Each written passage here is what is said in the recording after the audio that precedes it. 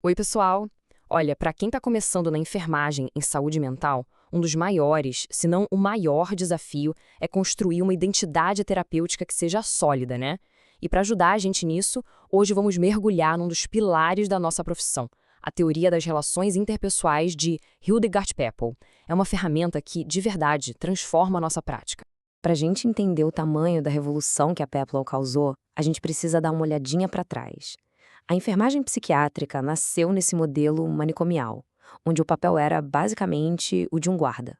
A função era vigiar, controlar e até punir. Mas aí veio a reforma psiquiátrica e nos trouxe para outro universo, o do cuidado psicossocial, focado em autonomia, cidadania, liberdade. E é exatamente nessa transição que a teoria da Peplon se torna a nossa principal bússola. Certo, vamos lá. O nosso roteiro hoje é bem direto. A gente vai começar falando dessa evolução do nosso papel. Depois, vamos direto para a ideia central da Peplon.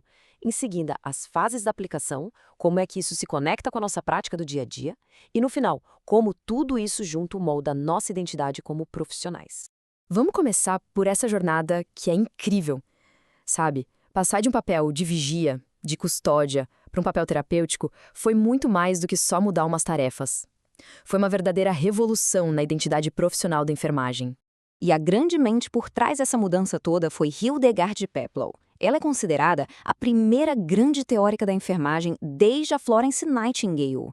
Lá em 1952, ela publicou um trabalho que literalmente virou o jogo. A proposta dela era radical para a época. A relação entre o profissional e o paciente não era só um detalhe, era o centro absoluto de todo cuidado. Isso nos leva direto para o coração da teoria dela. Se tem uma coisa que precisa ficar desta nossa conversa, é isto. Para Peplon, o relacionamento não é só parte da terapia. O relacionamento é a terapia. Peplon define a enfermagem como um processo interpessoal. E é aqui que está a grande virada de chave. Não se trata de fazer coisas para o paciente. É uma experiência compartilhada, sabe? Uma via de mão dupla, onde os dois lados aprendem, os dois lados crescem. A pessoa que está sendo cuidada deixa de ser um objeto passivo para se tornar protagonista da sua própria história, da sua recuperação. Tá, legal, mas como é que isso funciona na prática? Bom, a Peplon não nos deixou no escuro. Ela nos deu um mapa, um framework com fases bem definidas que guiam essa relação terapêutica. Vamos ver como isso se constrói passo a passo. São 4 fases bem claras. Primeiro, a orientação. É o momento de acolher, de esclarecer qual é o nosso papel ali. Depois, vem a identificação, que é quando a pessoa começa a reconhecer suas próprias necessidades e se engaja no tratamento. Em seguida, a exploração, que é o coração do trabalho, onde a gente busca soluções juntos. E, por fim, a resolução, que é quando planejamos a autonomia e o fortalecimento da pessoa para a vida dela lá fora em comunidade. Agora vem a parte que eu acho mais legal, a parte crucial. Como é que essa teoria toda, que pode parecer um pouco abstrata, se conecta com aquilo que a gente já faz todo santo dia nos serviços de saúde?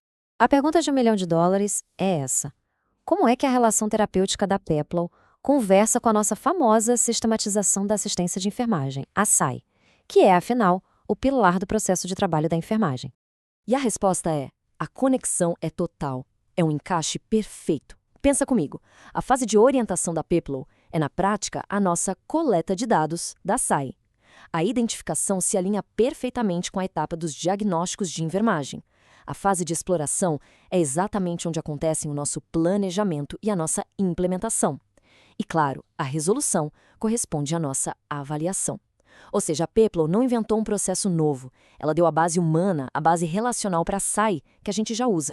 Dentro de todas essas fases, a Peplon diz que a gente desempenha vários papéis. A gente começa como um estranho, depois se torna uma pessoa-recurso, atua como educador, como líder, mas na saúde mental tem um papel que é o que define de fato a nossa identidade terapêutica. Que é o papel de conselheiro. E aqui tem um ponto crucial. Ser conselheiro não tem nada a ver com dar conselhos. É sobre usar técnicas avançadas de comunicação para ajudar a pessoa a entender o que está sentindo, o que está acontecendo com ela, a dar um novo sentido para suas experiências. É nesse momento que a enfermagem se torna, de fato, terapeuta.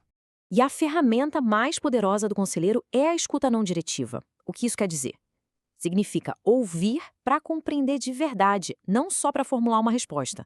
É criar um espaço seguro, sem julgamentos, sem lição de moral. Quando a gente consegue fazer isso, a própria pessoa começa a encontrar as suas respostas. Isso, por si só, é terapêutico. E rompe totalmente com aquela postura autoritária do modelo antigo, né?